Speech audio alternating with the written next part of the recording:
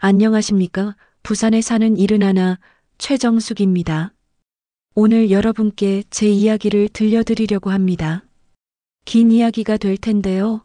끝까지 들어주신다면 감사하겠습니다. 창문을 닫아두어도 바깥의 매미 소리가 집안까지 울려 퍼지던 어느 여름날이었습니다. 저는 부채질을 하며 저녁 반찬거리를 준비하고 있었지요. 그런데 그때 휴대전화가 울렸습니다. 발신자를 보니 아들 민수였습니다. 얘가 웬일이지? 평일 낮에 전화를 다 하는 순간 가슴이 두근거렸습니다.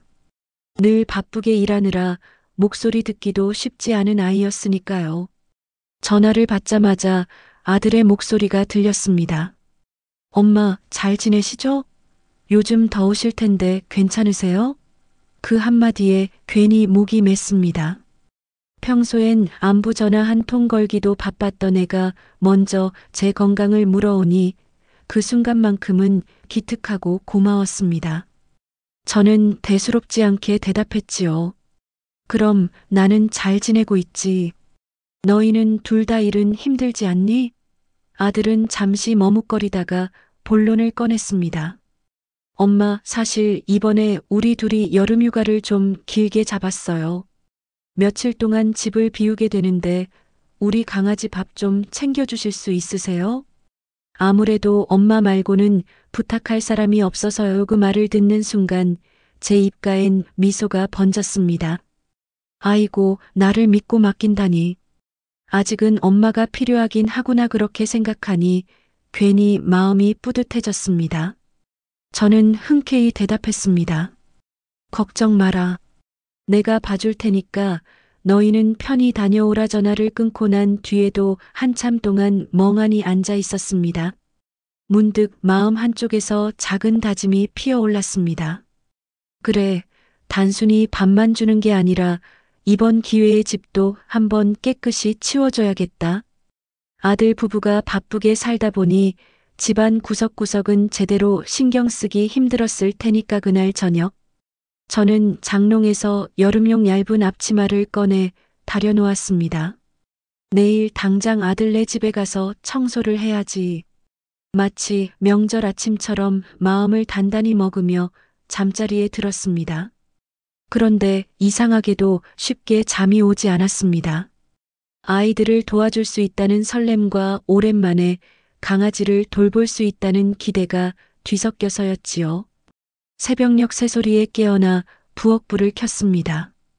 평소보다 훨씬 부지런히 움직였습니다. 간단히 국 한 그릇 끓여 아침을 먹고 손에 장갑과 청소도구를 챙겨 들었습니다. 집을 나서는 제 발걸음이 얼마나 가벼웠는지 모릅니다. 아들네 아파트에 도착해 문을 열었을 때 정적이 저를 반겼습니다. 인기척 하나 없는 집은 마치 시간을 멈춘 듯 조용했습니다. 순간 제 마음이 조금은 허전했습니다. 늘 아이들 웃음소리와 생활소리로 가득했던 곳인데 빈집의 공기는 다르게 느껴졌습니다. 그때 강아지가 꼬리를 세차게 흔들며 달려왔습니다. 그 작은 생명이 얼마나 반가웠던지 저는 무릎을 꿇고 강아지를 안아 올렸습니다. 그래, 우리 잘 있었니? 할머니가 오니까 좋아.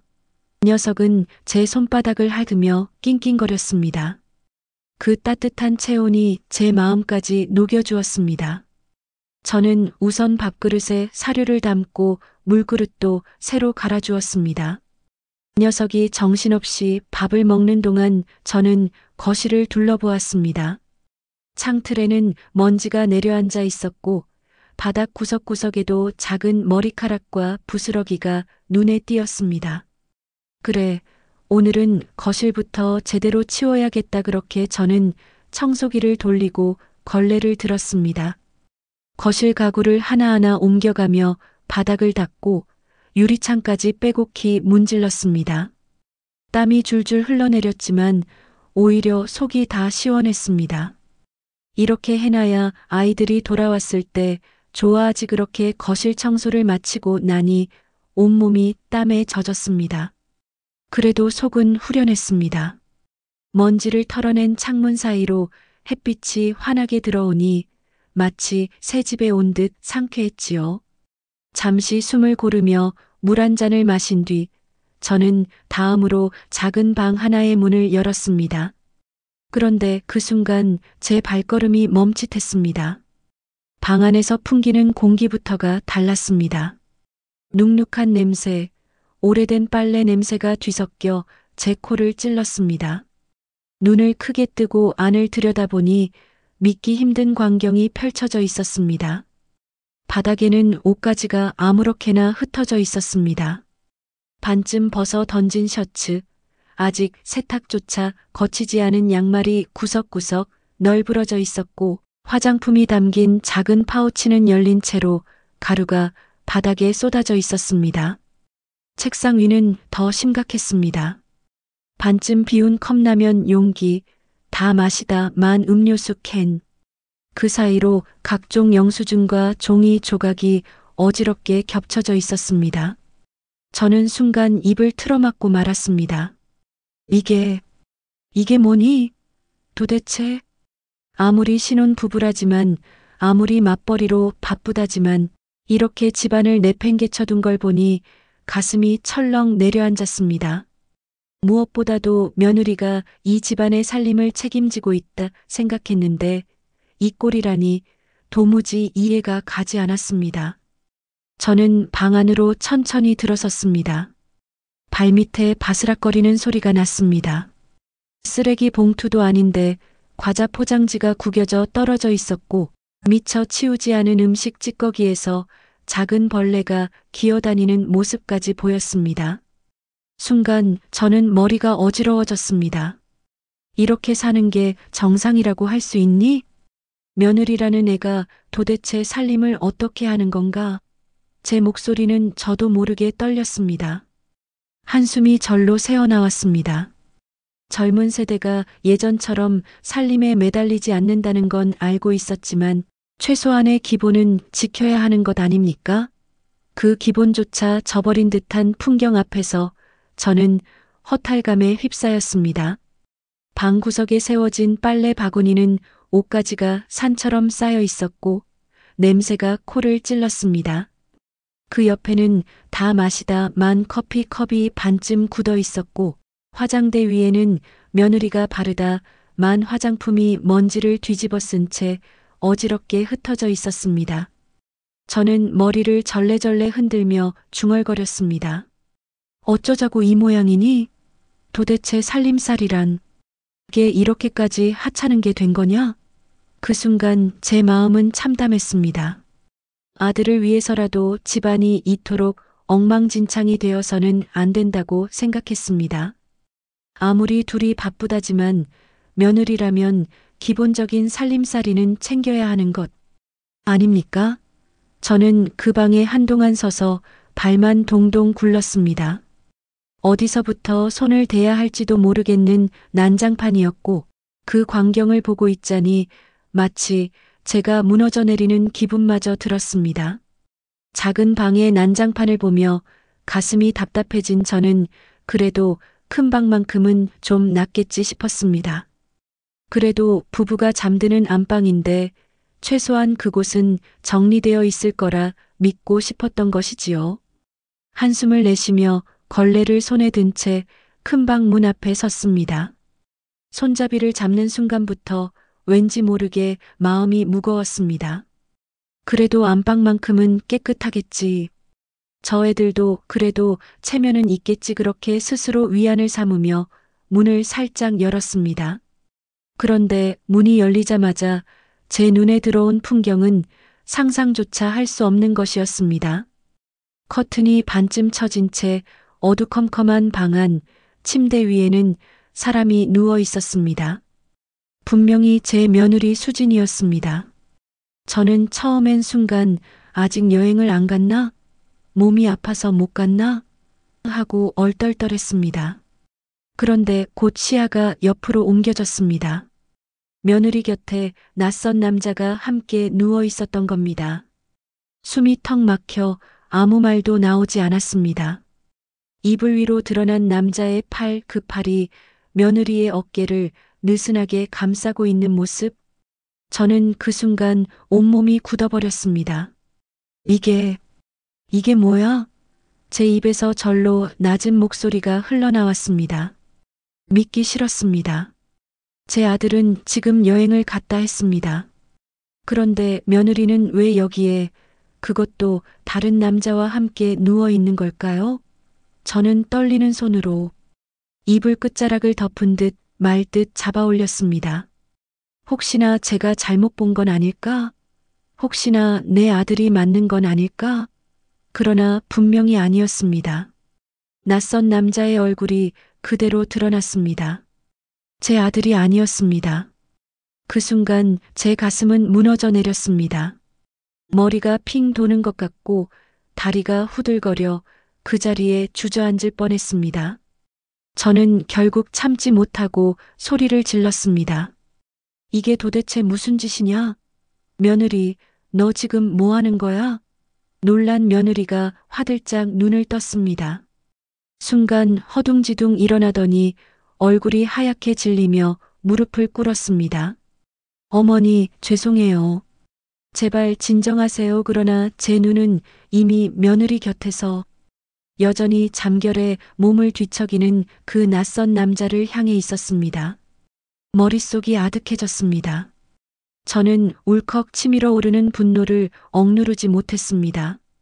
너희 부부 분명 여행 간다고 했잖아. 아들은 어디 있고 넌 왜 여기에 이 남자랑 같이 있는 거야? 제 목소리는 방 안가득 메아리 쳤습니다. 침대 옆 바닥에 무릎을 꿇은 며느리는 눈도 제대로 못 들고 떨리는 목소리로 말했습니다. 어머니, 정말 죄송해요. 사실 저희 여행을 같이 간 게 아니에요. 남편도 다른 여자랑 같이 간 거예요. 순간 저는 귀를 의심했습니다.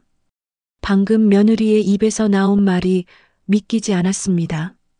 뭐라고? 네. 내 남편이, 내 아들이 다른 여자와 함께 갔다고? 제 심장은 쿵 하고 내려앉았습니다. 지금 제 눈앞에는 며느리와 낯선 남자가 함께 누워 있었고 며느리는 떨며 남편 또한 다른 여자와 함께라는 사실을 고백하고 있었습니다. 한쪽에서는 분노가 치밀었고 다른 한쪽에서는 도대체 무슨 세상이 이런가 싶은 허탈함이 몰려왔습니다. 저는 며느리를 노려보며 목소리를 높였습니다. 말도 안 되는 소리 하지 마라. 도대체 너희 부부가 언제부터 이렇게 된 거냐? 이게 가정이냐? 이게 결혼이냐? 며느리는 손을 비비며 고개를 숙였습니다. 어머니, 사실 저희는 오래전부터 서로 다른 사람을 만나고 있었어요. 그런데도 남들 눈에는 부부로 보이니까 그냥 그렇게 지내왔던 거예요. 결혼 생활을 유지하는 게 서로한테도 편하다고 생각했어요. 그 말에 저는 머리가 멍해졌습니다. 뭐라고? 편하다고? 이게 편한 거라고? 너희는 지금 가정을 장난감처럼 가지고 노는 거야? 제 목소리가 점점 떨렸습니다. 도저히 받아들일 수 없는 말들이 며느리의 입에서 너무도 태연하게 흘러나왔기 때문입니다. 제 상식으로는 도저히 납득할 수 없는 세상이 눈앞에 펼쳐지고 있었습니다. 저는 벽에 손을 짚고 겨우 몸을 지탱했습니다. 숨이 가빠지고 심장이 쿵쾅거려 당장이라도 쓰러질 것 같았습니다. 방금 전까지만 해도 단순히 강아지 밥 주고 집을 청소하러 들어온 평범한 하루였는데 이제는 제 가슴을 찢는 비밀이 눈앞에서 터져 나온 것입니다. 한참 동안 말을 잇지 못하던 저는 겨우 입술을 떨며 내뱉었습니다.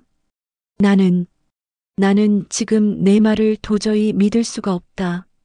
그럼 당장 내 아들에게 전화해서 직접 들어야겠다. 그러자 며느리는 얼굴이 사색이 되어 저를 붙잡으며 애원하듯 말했습니다. 어머니, 제발 그러지 마세요. 그냥 모른 척 해주시면 안 될까요? 그 말에 저는 치를 떨었습니다. 모른 척하라고?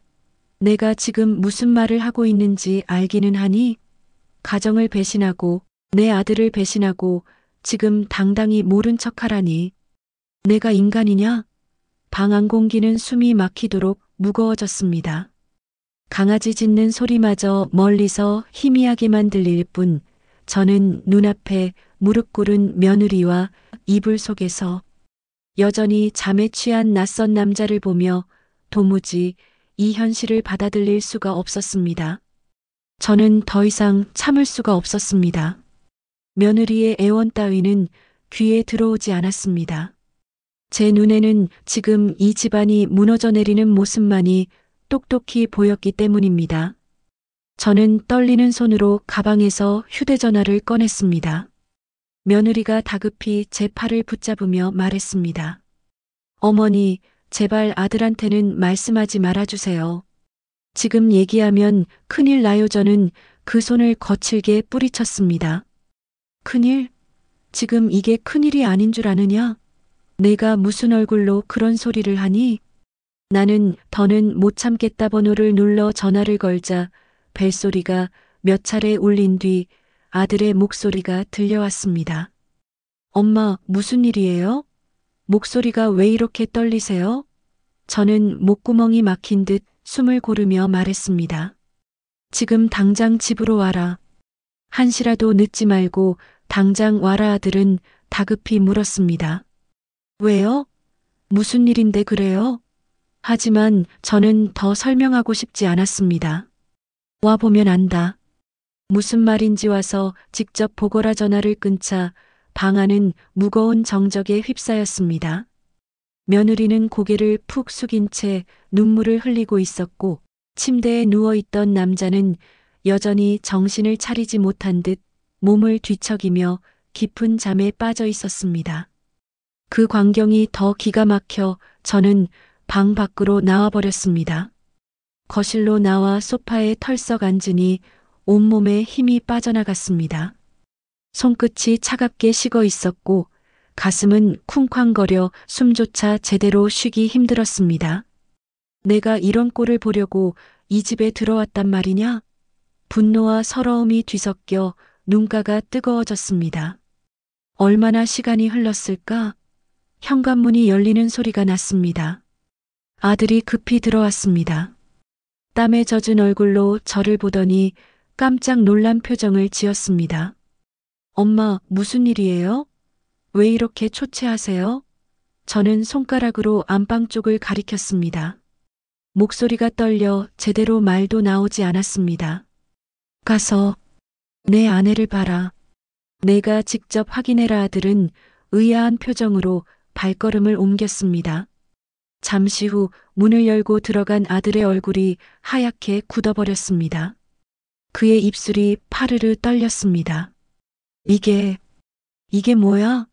대체 뭐 하는 짓이야? 방 안에서 며느리의 울음소리가 터져 나왔습니다. 당신 미안해. 나도 할 말은 없어. 하지만 당신도 똑같잖아. 당신도 다른 여자랑 여행 갔잖아. 아들은 순간 멈칫하더니 얼굴이 붉게 달아올라 고개를 돌렸습니다. 그 한순간에 저는 모든 걸 눈치챘습니다. 며느리의 말이 거짓이 아니었음을, 제 아들도 이미 오래전부터 다른 여자와 얽혀 있었다는 사실을. 제 다리는 힘을 잃고 그대로 소파에 주저앉았습니다. 머릿속이 아득해지며 내가 믿었던 가정이 한순간에 무너져 내리는 듯 했습니다. 안방에서 오간 대화가 제 귀에 생생히 박혔습니다. 저는 더는 가만히 있을 수 없었습니다. 다리를 떨며 거실에서 일어나 안방으로 들어갔습니다. 문을 열자 아들은 멍하니 서 있었고 며느리는 바닥에 무릎을 꿇은 채 흐느끼고 있었습니다. 그리고 침대에는 여전히 낯선 남자가 이불을 덮고 고개를 돌린 채 누워 있었습니다. 그 광경을 보는 순간 제 가슴이 다시 한번 찢겨나가는 듯 했습니다. 저는 아들을 똑바로 노려보며 목소리를 높였습니다. 너 솔직하게 말해라. 지금 며느리 말이 사실이냐? 내가 다른 여자와 함께 여행을 갔다는 게 진짜냐? 아들은 대답을 하지 못하고 눈을 피했습니다. 얼굴이 붉게 달아올라 있었고 손은 옷자락만 괜히 움켜쥔 채 떨고 있었습니다. 그 모습만으로도 저는 이미 답을 알 수 있었습니다. 저는 울분을 참지 못하고 소리쳤습니다. 내 아버지와 나 평생을 피땀 흘려 널 키우고 가정을 지켜준 부모한테 내가 보여줄 모습이 이거냐? 내가 가정을 꾸렸다면서 그 가정을 이렇게 짓밟는 게 말이 되느냐? 아들은 고개를 숙인 채 낮은 목소리로 중얼거렸습니다. 엄마, 미안해요. 하지만 저도 더는 아내랑 마음이 맞지 않았어요. 그냥 서로에게 관심도 없고 애정도 없었어요. 그래서 다른 사람을 만난 겁니다. 그 말을 듣는 순간 저는 머릿속이 하얘졌습니다. 그래서 이게 용서가 된다고 생각하느냐?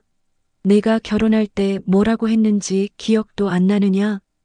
한 사람만 사랑하겠다고 서약한 게 결혼 아니냐? 제 목소리는 떨렸습니다. 눈물이 치밀어 올라 흐르는 걸 억지로 닦아냈습니다. 너는 내 아들이라고 부르기도 부끄럽다. 아무리 요즘 세상이 변했다 해도 부부가 서로 다른 애인을 두고 그걸 당연하다고 말하는 게 옳다고 생각하느냐? 아들은 여전히 고개를 들지 못했습니다. 그 침묵이 오히려 제 노를 더 끌어오르게 만들었습니다. 저는 다시 며칠 동안 저는 집안에만 틀어박혀 있었습니다. 밥도 제대로 넘기지 못했고 거울 속 제 얼굴은 눈물과 분노로 지쳐 있었습니다.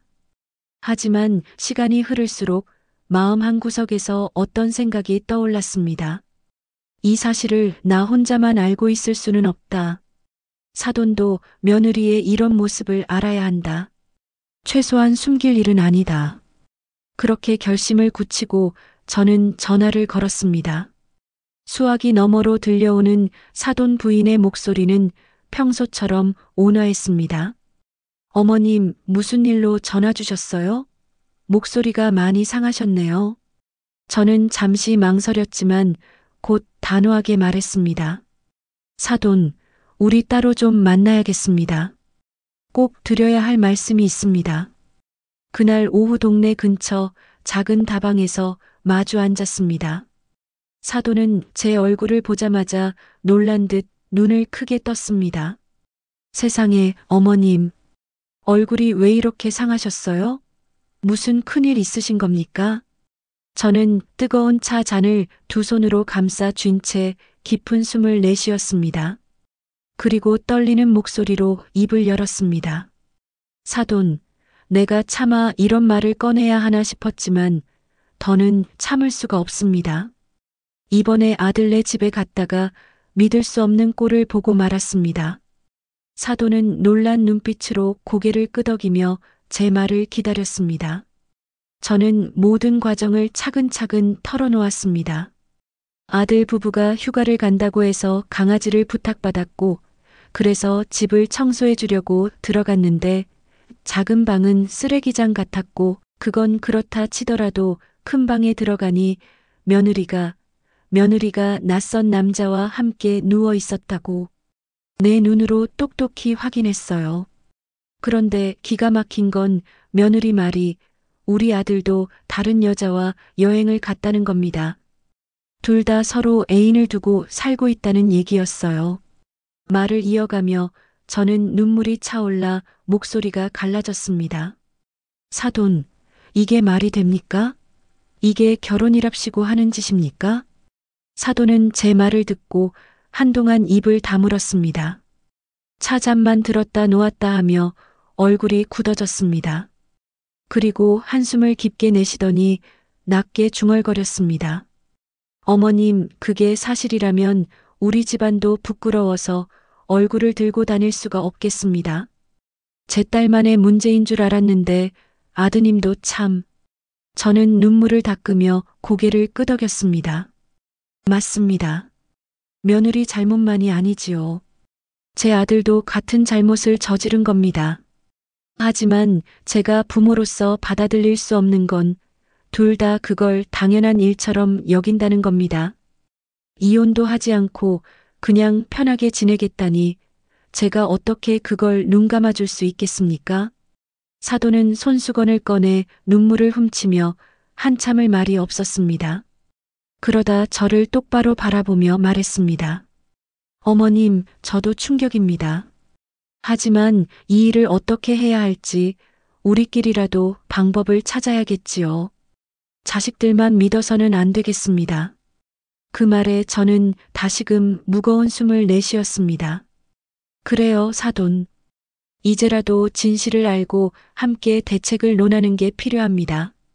자식들이 스스로 책임을 지지 않으니 우리라도 지켜야 하지 않겠습니까? 그 순간 다방 안에 작은 시계의 초침 소리가 유난히 크게 들렸습니다. 두 사람의 표정은 무겁게 굳어 있었고 앞으로 다가올 파국 같은 현실이 선명히 다가오고 있었습니다. 다방 안 공기는 묵직하게 가라앉아 있었습니다. 저와 사돈은 서로를 바라보며 차마 쉽게 입을 떼지 못했습니다. 결국 사돈이 먼저 무거운 목소리로 말을 이어갔습니다. 어머님, 이 문제는 단순히 젊은 애들만의 문제가 아닙니다. 양가의 체면도 달린 일입니다. 저희 집안에서도 만약 이 사실이 밖으로 새어나가면 어디 가서 얼굴을 들고 다니겠습니까? 저는 씁쓸하게 웃으며 대꾸했습니다. 체면이 문제가 아니지요. 이미 가정이 무너지고 있는데 체면이 무슨 소용입니까? 제 아들, 며느리 둘 다 서로 애인을 두고 있으면서도 그걸 아무렇지 않게 여기고 있습니다. 이걸 그냥 두면 두 집안 모두 더 큰 수치를 겪게 될 겁니다. 사돈은 잠시 고개를 끄덕이더니 낮은 목소리로 속내를 드러냈습니다. 사실 저도 며느리, 그러니까 제 딸을 보면서 마음이 놓이지 않았습니다. 결혼 초부터 집안일에 신경이 없고 무언가 허전하다 싶었지요. 그런데도 젊은 부부들 방식이 다 그런가 보다 하고 넘겼습니다. 그런데 그게 결국 이런 사단으로 이어질 줄은 몰랐습니다.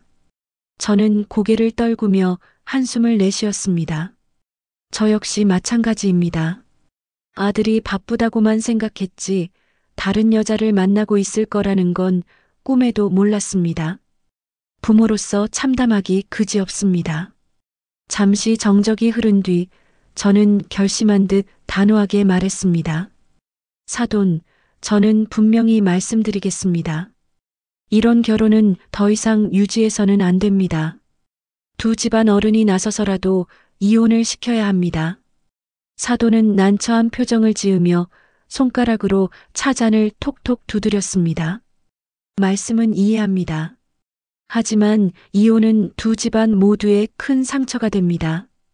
특히 저희 쪽에서도 딸이 이혼했다는 소문이 나면 친척들 사이에서도 말이 많을 겁니다.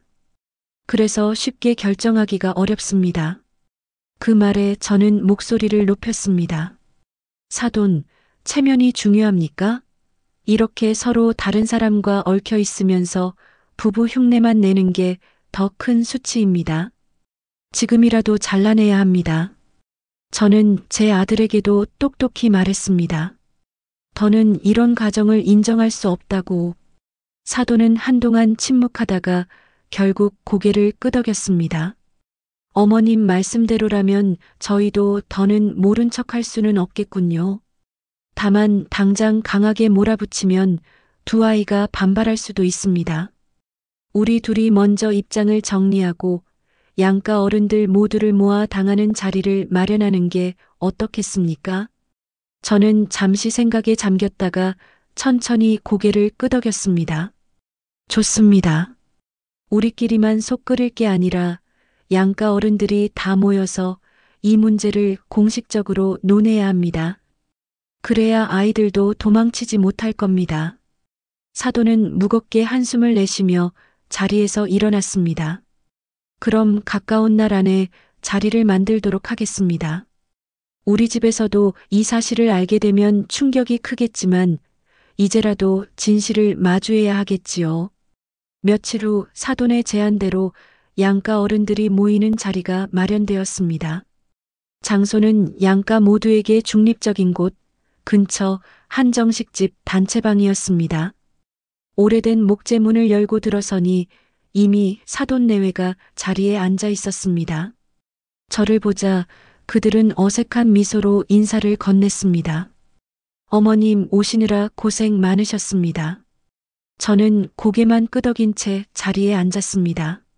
마음이 무겁고 복잡해 쉽게 웃을 수가 없었습니다. 잠시 후 제 친정 쪽 친척 한 분과 사돈 친인척 몇 분이 들어왔습니다. 모두들 무슨 일인지 모르고 온 듯 서로 눈치를 살피며 자리에 앉았습니다. 상 위에 따뜻한 차가 놓였지만 아무도 손을 대지 않았습니다. 공기에는 긴장감이 가득했습니다. 사돈이 먼저 입을 열었습니다. 오늘 이렇게 갑작스럽게 모시게 된 건 우리 아이들 문제 때문입니다. 사실 저도 충격을 받아 혼자 감당할 수 없어 여러분께 말씀을 드렸습니다. 그래서 이제는 우리 모두가 알아야 할 때라고 생각했습니다. 사람들의 시선이 제게로 쏠렸습니다. 저는 깊은 숨을 고르며 떨리는 목소리를 가다듬었습니다. 며칠 전 제가 아들네 집에 갔다가 도저히 입에 담기 힘든 광경을 보게 됐습니다. 며느리가 낯선 남자와 함께 있는 걸 직접 보았습니다. 그뿐만이 아닙니다. 며느리는 제게 털어놓았습니다. 제 아들 또한 다른 여자와 함께 여행을 갔다고요. 두 사람 모두 서로 다른 애인을 두고 있으면서도 겉으로는 부부 흉내만 내며 살아왔다는 겁니다. 그 말을 듣는 순간 방 안은 고요해졌습니다. 친척들의 눈빛이 크게 흔들렸고 몇몇은 손으로 입을 막으며 믿을 수 없다는 듯 서로를 바라봤습니다. 그때 사돈댁의 어른 한 분이 격앙된 목소리로 말했습니다.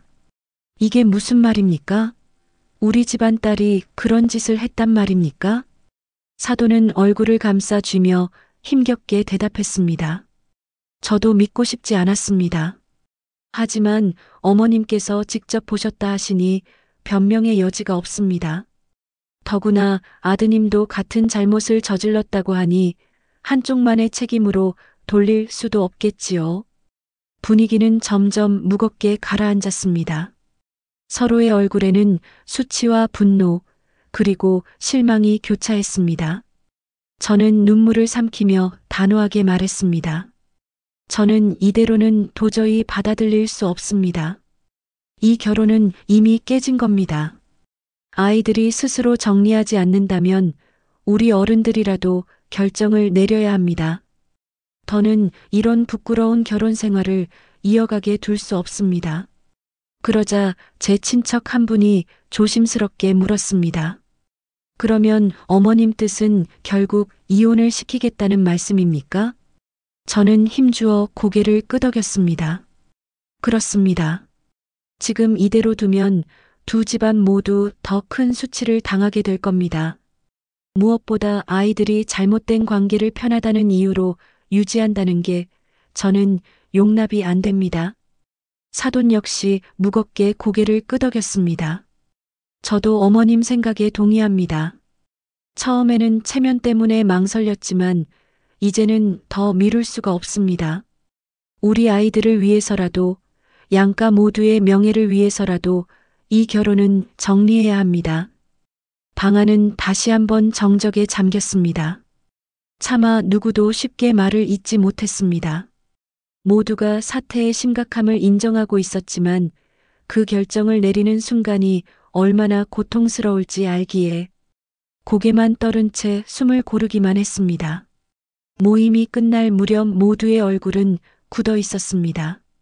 누구도 쉽게 웃을 수 없었고 말끔한 한숨만 흘러나왔습니다. 사돈은 제게 시선을 돌리며 낮은 목소리로 말했습니다. 어머님, 결국 결론은 났네요. 이 결혼은 더 이어갈 수 없다는 거지요. 우리 양가가 함께 입장을 정했으니 이제 아이들에게 직접 알려야겠습니다. 저는 무겁게 고개를 끄덕였습니다. 그래야 합니다. 아이들이 스스로 책임을 회피하고 있으니 우리가 부모로서 단호하게 알려줘야 합니다. 더 미루면 안 됩니다. 며칠 뒤 저와 사돈은 아들과 며느리를 불러냈습니다. 장소는 어느 조용한 음식점 작은 방이었습니다. 저와 사돈이 먼저 앉아 있었고 곧이어 아들과 며느리가 들어왔습니다. 두 사람은 마치 상황을 짐작이라도 한 듯 표정이 굳어 있었습니다. 자리에는 긴장감이 흘렀습니다. 음식을 주문하는 이도 차를 먼저 입에 대는 이도 없었습니다. 침묵을 깨고 제가 먼저 입을 열었습니다. 너희 둘 오늘 이 자리에 왜 불렸는지 알고 있을 거다. 내가 본 것, 그리고 내가 내게 직접 고백한 것. 사돈께 모두 말씀드렸다. 이제는 숨길 수도 외면할 수도 없다. 아들은 불편한 듯 의자에 몸을 기댔고 며느리는 두 손을 모은 채 고개를 떨구었습니다. 잠시 후 사돈이 단호한 목소리로 말을 이었습니다. 우리 양가 어른들이 모두 모여 상의했다. 그리고 결론은 하나였다. 이 결혼은 이미 무너졌으니 더 이어가서는 안 된다는 거다. 그 말에 며느리의 얼굴이 창백해졌습니다. 눈가에 눈물이 맺히며 떨리는 목소리로 대답했습니다. 저는 이혼할 생각이 없습니다. 서로가 편하게 살고 있는데 왜 어른들이 저희 삶에 간섭하시는 겁니까? 그 순간 저는 참을 수 없어 목소리를 높였습니다. 편하게 가정을 무너뜨려 놓고 부부 흉내만 내는 게 편하다니. 그건 너희들의 변명일 뿐이다. 더는 그 변명으로 부모를 속일 수는 없다. 아들은 깊은 숨을 내쉬며 마침내 말을 꺼냈습니다. 엄마, 장모님, 저희도 잘못한 건 인정합니다. 하지만 이혼은 절대 못합니다. 저희는 이미 이런 생활이 익숙하고 이렇게 사는 게 서로에게 가장 편한 방식입니다. 밖으로만 부부로 보이면 되는 거 아닙니까? 그 뻔뻔한 말에 사돈이 테이블을 세게 내리쳤습니다. 내가 지금 뭐라고 했느냐? 부부가 부끄럽지 않게 사는 게 기본인데 그 기본도 지키지 못하면서 체면만 지키면 된다고? 그런 식의 가정은 우리 집안에서 절대 인정할 수 없다. 저는 눈물이 차올라 손수건을 꼭 쥐었습니다. 이제는 끝이다.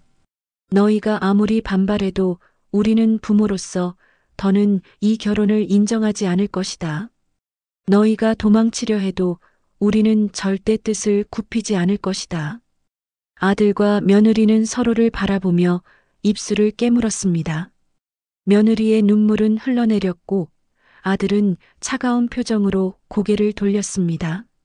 그 순간 이 자리가 돌이킬 수 없는 결정을 내리는 자리라는 걸 모두가 느끼고 있었습니다.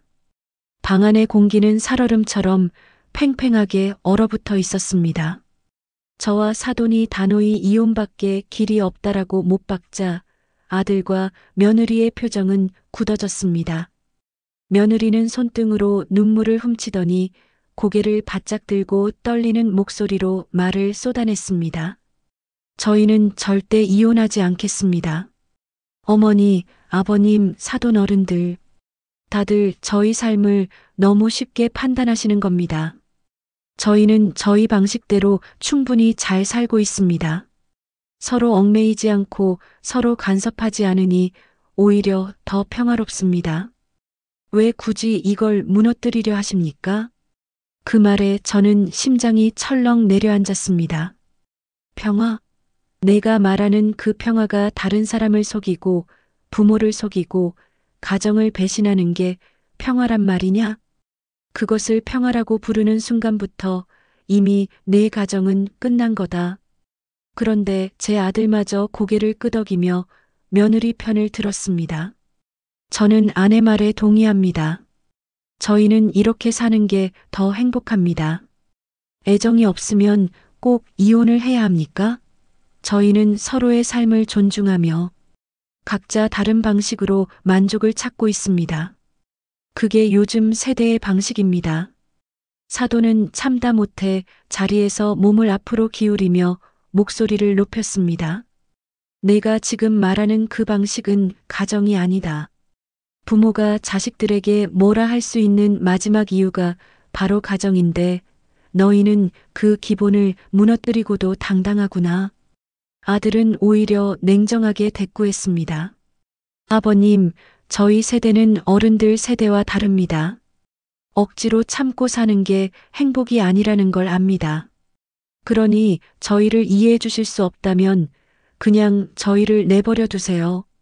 그 뻔뻔한 태도에 제 속은 부글부글 끓었습니다.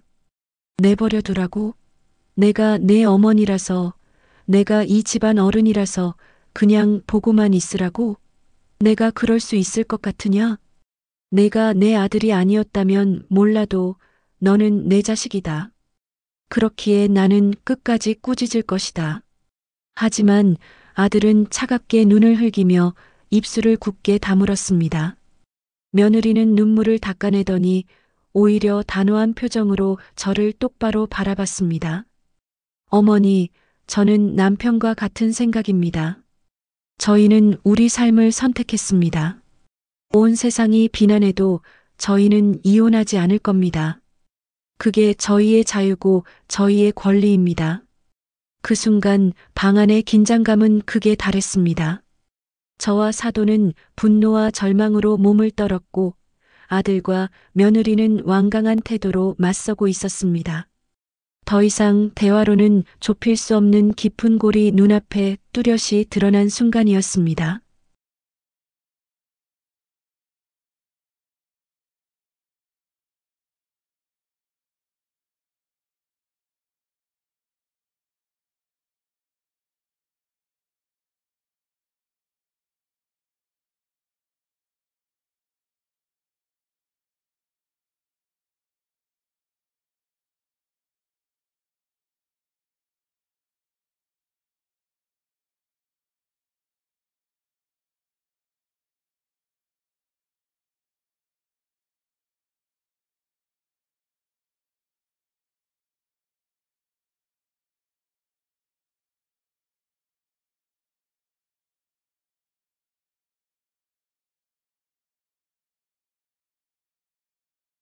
아들과 며느리는 한치도 물러서지 않는 얼굴이었고 저와 사돈은 숨을 몰아쉬며 그들을 노려보고 있었습니다. 순간 제 속에서 더 이상 참고 억누를 수 없는 뜨거운 것이 치밀어 올랐습니다. 저는 두 손을 떨며 탁자를 짚고 자리에서 천천히 일어났습니다. 목소리는 눈물에 젖어 있었지만 단호했습니다. 좋다. 너희가 그토록 이혼하지 않겠다고 버티며 이런 삶을 행복이라고 부른다면 나는 더 이상 너희를 내 자식, 내 며느리로 인정하지 않겠다. 아들은 놀란 듯 눈을 크게 떴다가 이내 차갑게 시선을 돌렸습니다. 며느리는 고개를 숙였지만 입술은 굳게 다물고 있었습니다. 저는 손가락을 떨며 아들을 가리켰습니다. 내가 내 아들이라서 마지막까지 믿고 싶었다. 내가 내 피와 살을 나눠 태어난 자식이라서 끝까지 붙잡고 싶었다. 하지만 이제 알았다. 내 마음속에는 부모도 가정도 없다. 오직 내 편한 삶만 있을 뿐이다. 사돈 역시 손을 탁자 위에 올려놓으며 굳은 목소리로 말을 이었습니다. 우리 집도 마찬가지다. 딸이 이런 수치를 저지르며 당당히 살아간다면 부모로서 더는 감싸줄 수 없다. 이 자리를 마지막으로 우리는 너희를 두고 어떤 책임도 지지 않겠다.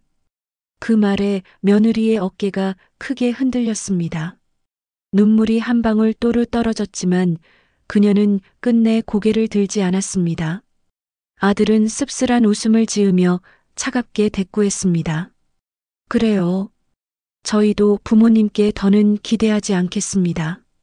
어차피 이해받을 수 없다는 건 알고 있었습니다. 그러니 그냥 그렇게 생각하세요. 그 순간 저는 주저앉을 뻔했지만 이를 악물고 버텼습니다. 좋다. 내 말대로 하겠다. 앞으로는 나도 너희를 모른다. 다시는 내 앞에 나타나지 마라. 이 순간부터 나는 너희와 연을 끊는다. 제 목소리가 방 안에 울려 퍼졌습니다. 사돈은 고개를 숙인 채 눈을 감았고 다른 친척들마저 말없이 숨을 죽였습니다. 이날의 선언은 단순한 말이 아니었습니다. 부모와 자식, 시댁과 며느리를 잇던 마지막 끈이 스스로 끊겨져 나가는 순간이었습니다. 그날 모임이 끝나고 집으로 돌아오는 길, 발걸음은 한없이 무거웠습니다. 길 위를 걸으며도 제 귀에는 여전히 아들의 목소리가 메아리 쳤습니다. 엄마, 저희는 이혼하지 않을 겁니다. 이게 저희 방식입니다. 그 말들이 가슴 깊은 곳을 훑고 지나가며 다시금 울분을 치밀게 했습니다. 눈물이 차올랐지만 더는 울 수조차 없었습니다. 울 만큼 울었고 이제는 눈물이 메말라 버린 듯 했습니다. 집에 도착해 현관문을 열자 고요한 정적이 저를 맞이했습니다. 한때는 가족들 발걸음 소리와 웃음으로 가득했던 제 집은 오직 저 혼자뿐인 공간이 되어버렸습니다. 소파에 앉아 한참을 멍하니 천장을 바라봤습니다. 시간이 흘러도 아무 소리도 들리지 않았습니다. 시계 초침 소리마저 멀리서만 들려올 뿐 마음속은 공허했습니다. 내가 지금까지 뭘 위해 살아왔나? 아들을 위해 평생 아끼고 참고 버텼습니다. 남편이 힘들어할 때도 생활이 팍팍할 때도 오로지 자식 잘 되라는 마음으로 살아왔습니다. 그런데 결국 돌아온 건 배신과 냉대였습니다. 가슴이 먹먹해 눈을 감으니 어린 시절 제 손을 잡고 학교에 가던 아들의 모습이 떠올랐습니다. 한 번만이라도 다시 그 시절로 돌아간다면 나는 그 아이의 손을 더 꼭 잡아주고 싶었습니다. 하지만 현실은 너무도 달라져 있었습니다. 저는 무거운 숨을 내쉬며 스스로에게 말했습니다. 그래, 이제는 놓아야 한다. 자식이라고 해서 끝까지 붙잡을 수는 없는 거다. 내 삶은 내 몫으로 살아야지. 그 순간 마음속 깊은 곳에서 이상하게도 차가운 평온이 스며들었습니다. 서럽고 허망했지만 동시에 이제라도 나 자신을 돌아봐야 한다는 생각이 들었습니다. 아들 부부에게 기대거나 얽매이지 않고 오직 내 삶을 위해 남은 시간을 써야 한다는 결심이 조금씩 굳어졌습니다. 창밖을 바라보니 어둠 속에 희미하게 불빛이 번지고 있었습니다. 그 불빛을 바라보며 저는 마음속으로 다시 다짐했습니다. 이제 더는 흔들리지 않겠다. 아들도 며느리도 나를 내몰았듯이 나도 그들을 놓겠다. 남은 생은 내 스스로의 삶으로 채우겠다. 그 다짐을 하자 비로소 긴장이 풀리며 눈꺼풀이 무겁게 내려앉았습니다. 오늘 밤 이번 잠은 눈물 속에서가 아니라 오랜만에 스스로 내린 결심 속에서 찾아오는 깊고 단단한 잠이었습니다.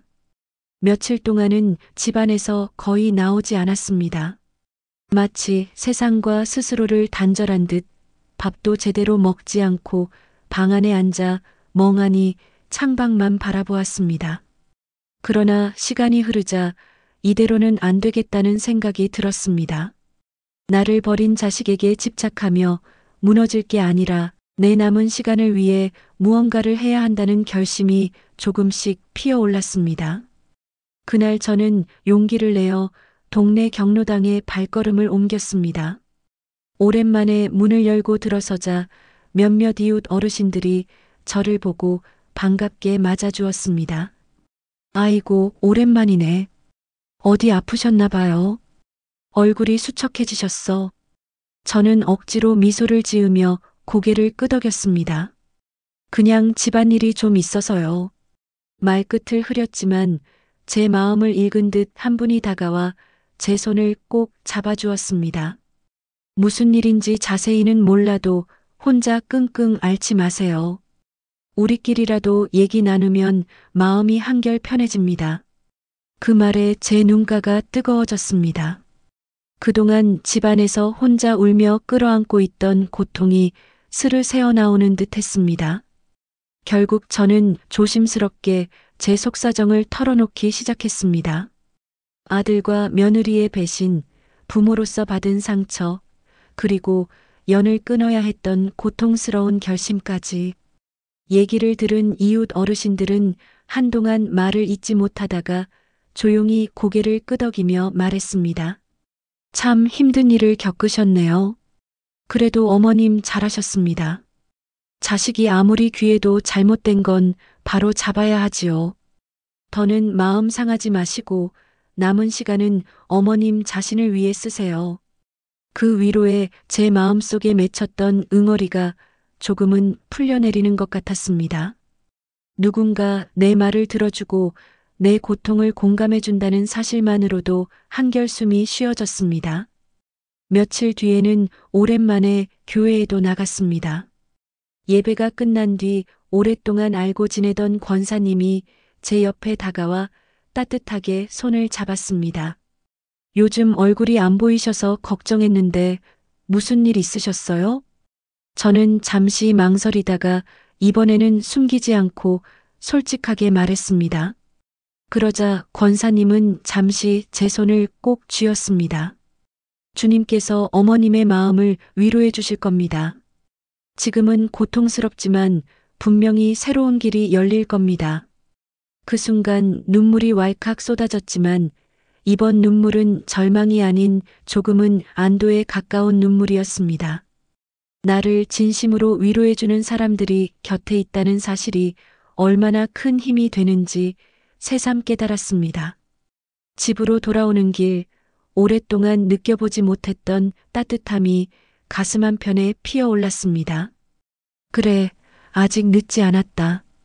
아들이 내 삶을 외면해도, 며느리가 나를 몰아내도 나를 이해해주는 사람들이 있고 내 삶은 여전히 이어진다. 저는 마음속으로 새롭게 다짐했습니다. 앞으로는 더 이상 울며 지난 날만 붙잡지 않겠다.